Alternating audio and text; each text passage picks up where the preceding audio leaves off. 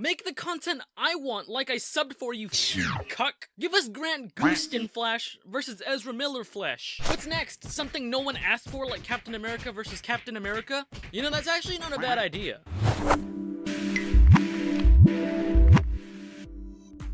As Avengers 4's release date gets closer and closer, it's kinda sad to imagine the original Avengers leaving the team.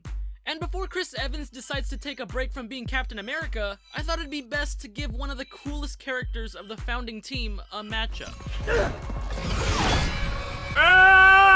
It's Matt Salinger's Captain America versus Chris Evans' Captain America. The 90s versus the modern day. This isn't something where we're all like, oh yeah, this film is clearly better, or he's a better actor, but rather, we're looking into who would win in a battle to the death.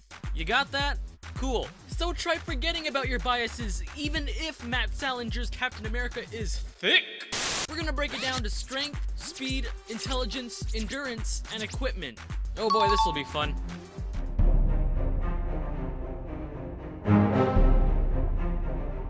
Alright, I know that this may already seem one-sided, especially with this section, and sure, you'd be right. Salinger's has quite some hefty showcases, like breaking these cuffs on this chair, or moving this car.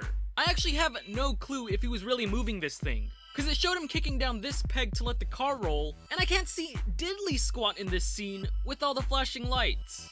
Even if he did pull this car along, he probably didn't put that much effort into it if it was gonna roll by itself anyways, cause it looked like the peg was the only thing holding it back. Let's just be generous and say he can push and pull a fully loaded truck. And that's pretty much it for him. He's done some other things too, but I've skimmed the movie like 3 times already, and nothing's really all that impressive. I mean, he does break through this bathroom wall, but he used the hand drying machine to do it, which is lame. And if you look ever so closely, you'll notice the wall is already pre-ripped from this box's reflection. That's probably because he had to rip the dryer out first, but still, it makes the whole thing feel less impactful than it already is. He was also able to knock people out with one punch, which would give him a big plus if the other one couldn't do the same thing, so there's not really a big whoop or anything there. A lot of people like to look to the Thanos thing in Infinity War for Evans, when Steve held his ground and was able to hold back a near fully powered Thanos. But then you gotta take into account Thanos not trying, over-analyzing his facial expressions, Cap being buffed up way too much, evaluating if this is calculating, wondering if comparing the Thanos before, and so let's just avoid this one and say, yeah, he stopped him very briefly, and not touch on that any further. Besides, Evans did a lot of things. Yup. Wow. Wow. Yeah, all that flexing is fine and great, but he's not really gonna do a lot of lifting if he ever met this guy. He sure didn't when he met the Winter Soldier, so punches, kicks, and throwing things are probably his best bet.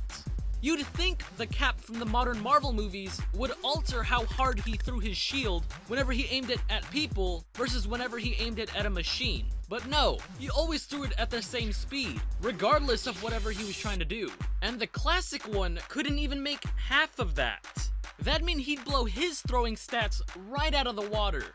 I think the super soldier juice messed up the old one, cause 41 pounds, that's like picking up 2 wooden chairs. Barely. I'm not saying like that's too light or anything, but you'd think a serum that's advertised as super would have given him more of a buff than that. Jizz in my pants. Believe it or not, the MCU one's actually even more so relentless with humans. He picked up this guy's body and slammed him pretty hard. You could've just broken his leg. He didn't deserve that. His leg power is also kinda OP. You can make it feel like as if you got smashed by a wrecking ball. Salinger's must have skipped leg day or something cause he has nothing to show for here. He was even able to muster enough force to make his shield cut through Iron Man's armor, which the Helicarrier's blades had trouble doing on an older Iron Man suit. So if we're really comparing the two in this way, yeah, no, it's pretty much still a massacre.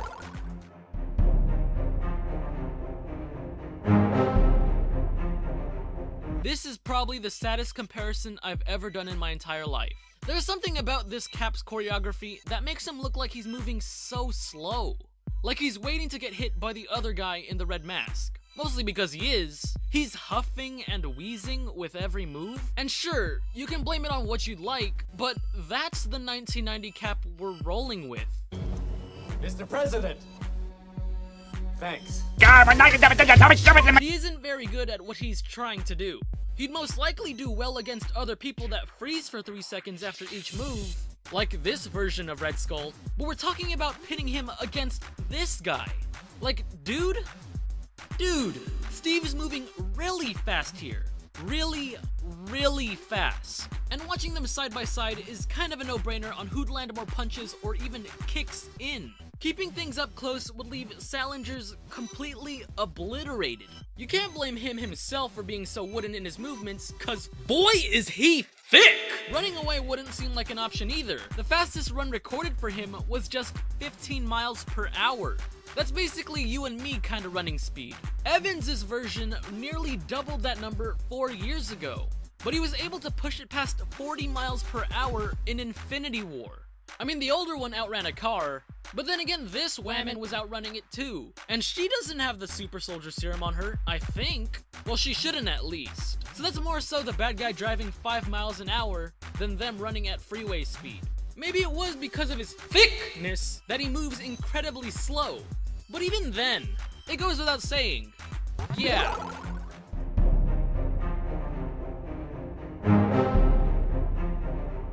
One thing that's great about Captain America is that he makes an excellent leader. He always knows a way out even when he's told there isn't one. Evans' character outlines this pretty well. He was able to guess that he was about to get jumped just by looking at this guy copping his stick and this guy's sweat glands. And for one thing, he was an actual captain. He always laid out the planning. He knew numerous martial arts styles and taught all the newbies essential military skills. He made sure everyone on the team was always at their best. That's what good leaders do.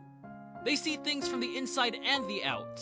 Whether you were a god of thunder, or just a dude with some bow and arrow, or even some extras during World War II, your place in all this was crucial to maximizing everyone's safety and was integral for success. And even when times got tough, he still managed to make everyone feel like they were a team, like they were a family. Cause he knew that's what made them strong. That's what made them unstoppable. It's what truly made this soldier super.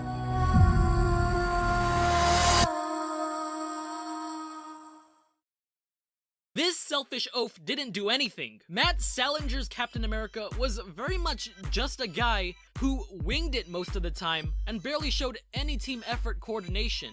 There was never any pre-planning showed, no smart tactics in use. You can't really blame the guy, cause for one, he was screwed from the beginning. This guy said, "Sorry, I believe that you're the only one of you there's ever gonna be." Right. He's the only super soldier. But what about actual reinforcements?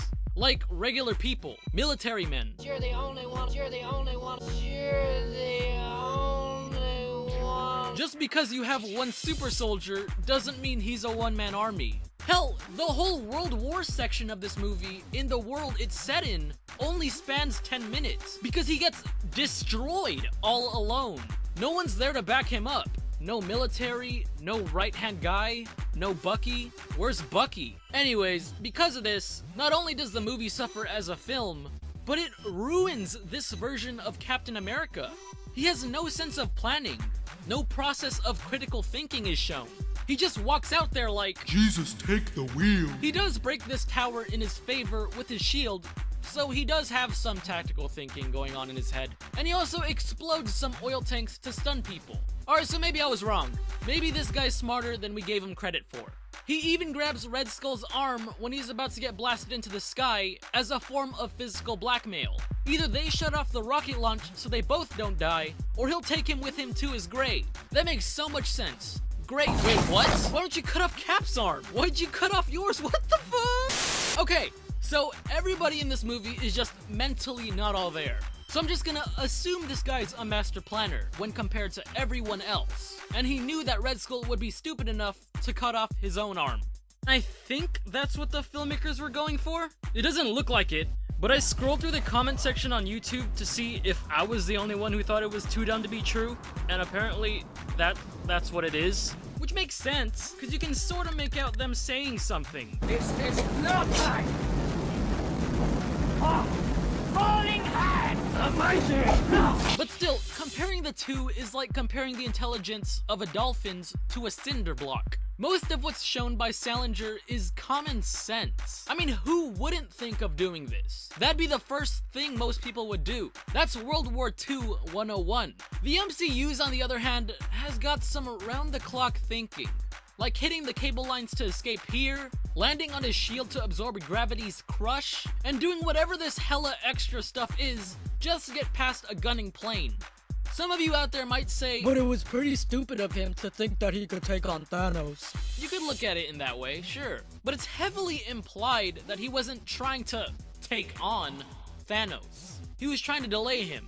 He knew that putting his midget hands on the gauntlet would have him taken back like... Well, I'm out. What the fuck? He wasn't sure if he was gonna make it out of that alive. He could have died right then and there from Thanos' punch, and he would have been perfectly fine with it. Cause he knew it would have bought Wanda those 10 extra seconds she needed to blow up the last stone. Yeah, he forgot that Thanos had the time stone, but everyone on the team kinda did.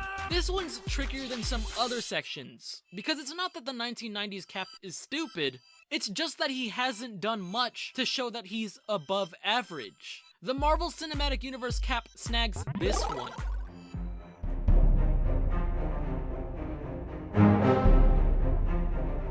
The Super Soldier Serum is supposed to be one hell of a booster for both of these guys. Quicksilver punched this guy pretty freaking hard square in the jaw a few years back. Thanos punched him across the face very recently, and yet he always kept on fighting. Salinger's, again, doesn't really have that much to show. Most of what's seen in the movie is what a normal human could probably tolerate. It still hurt, yeah, but it isn't too much. There was that one time where he crash landed, but the other one crash landed too because it's Captain America. Let's go back to the newer one real quick. Bucky went to town on his face, and that was the metal arm too. That's used to break floors and stuff. Now you could compare this to the Thanos thing where you could say, well, he was obviously holding back because that's his best friend. He's not trying to kill him. Yeah, it looks like he's holding back to me. Gee, Buck, don't go too easy on him. Wouldn't want to make it look like you're actually hurting him. Cap's face looks like grilled pizza towards the end of this. As it should. Every punch laid out 5 tons of force on him. He should have spent more than 10 minutes in the hospital. But whatever. Super healing, I guess. The 1990s one also did show some healing factor of some sort. He healed from bullet wounds faster than anyone else could. Actually, if you want to throw guns into the mix, the old one went down after getting 2 whole shots, while the newer one took in 3. Chris Evans' character is borderline godly at this point. He survived a fall into the ocean that should have made him go splat. It would have felt like getting crushed by 2 ship anchors. And he also flew across a city block thanks to a grenade launcher. The best thing I got for Salinger's is him getting run over by a motorcycle. It doesn't really look like it when you slow things down, but he went flying after it all. And even then, the force would be way less than you might think. In other words, it pales in comparison.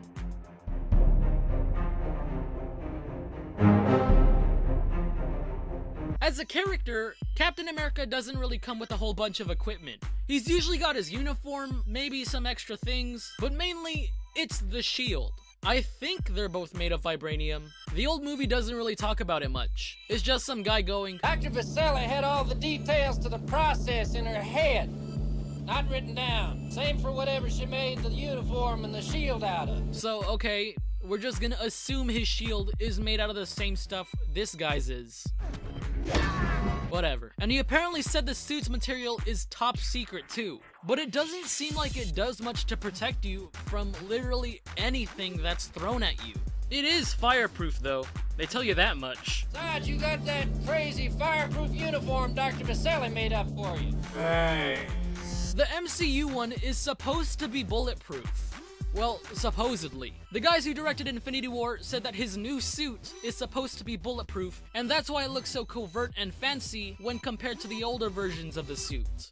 Which actually makes sense now that you would think about it, since he was wearing his old World War II suit when you could see bullet holes in him, which apparently isn't bulletproof. The newer versions, though, should be. We haven't really seen it stop bullets for ourselves, but I'll just take their word for it. It's good at stopping heat beams, so that's something, I guess. I honestly can't tell if Salinger's shield is meant to be microscopically sharp. because he manages to cut a tiny handgun in half, which doesn't seem very impressive, but it's a lot harder than you might think. I mean, if you threw a metal stick at someone holding a gun out like that, the best thing that could happen is that it knocked the whole thing out of his hand. But cutting it clean in half is really hard to do, especially since he throws his shield pretty slow. Even if he threw it as fast as this Cap, it'd still be difficult, because the gun he was holding was super small in the first place. So this has to be fairly sharp, even though it looks far from it. The mainstream one's shield has a pretty dull edge when you compare the two. It can cut through things, sure, but doing something like this is kind of out of reach for something that isn't very sharp. That wouldn't mean his shield is technically better, because other than that, we aren't really given a whole lot about its limits. Evans's can take hits from Thor's old hammer, so he's got a better suit, but he's got a slightly sharper shield. But all that being said, Evans has a grapple gun, and the other one doesn't. You'd almost forget he has a bunch of stuff on his belt, because he rarely ever uses anything from it. He's only ever used the grapple gun once, and that's when his best friend was in danger from his other best friend. He's also got these magnets for getting his shield back, as well as these Wakandan shields. But I'm pretty sure he's never gonna use them again. It looks like he's gonna go back to his old shield in the next movie, so we're just gonna ignore these. But overall, Evans just has it better. Here's every point tallied in a nutshell. This was a mismatch from the start. The only thing super about Salinger's was how thick he was, but other than that, there wasn't really much to him. I'd even go as far as to say that Evans is almost Asgardian-like. Now, he's not Thor or anything, but he's done some things that are pretty questionable, even for a super soldier. Like, Thor in the beginning of Infinity War tried hitting Thanos with a lead pipe, and all it did was break, and Thanos didn't even flinch. Meanwhile, Steve got 3 decent jabs in, and he looked pretty shook to me after each hit. Yeah, you could say that Cap used vibranium to hit him, whereas Thor used some random Asgardian piece of metal, but even if they both hit him with the same force, let's just say they did.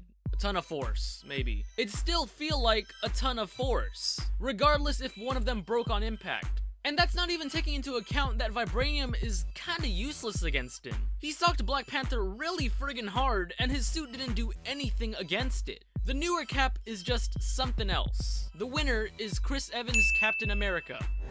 I could do this all day. Who should be next in the next Versus video? Let me know down in the comments below. I poked fun at it earlier, but I don't really want to touch on the Flash one yet. Cause for one, they're both still ongoing, meaning whatever I say could literally change within a year because of one movie, or worse, it could change within a week because of one episode. Now you might say, why don't I just make one now and remake another one later? I mean, yeah, I guess I could do that, but why would I when I can just wait? It'd be an endless cycle of me re-uploading the same, slightly tweaked video over and over again. That'd be super redundant, and nobody wants that. There's always gonna be a case where the plot needs both Barrys to go faster. As long as this show and these movies keep getting made at the same time, it'll never be definitive. Anyways, I will do it eventually. Probably. I don't know. In the meantime, let me know any other characters you'd like to see in these kinds of videos. And if you like this video, be sure to hit that like and subscribe button. Also, don't forget to follow me on Twitter, Facebook, and Instagram. And for more of my videos, just click right here.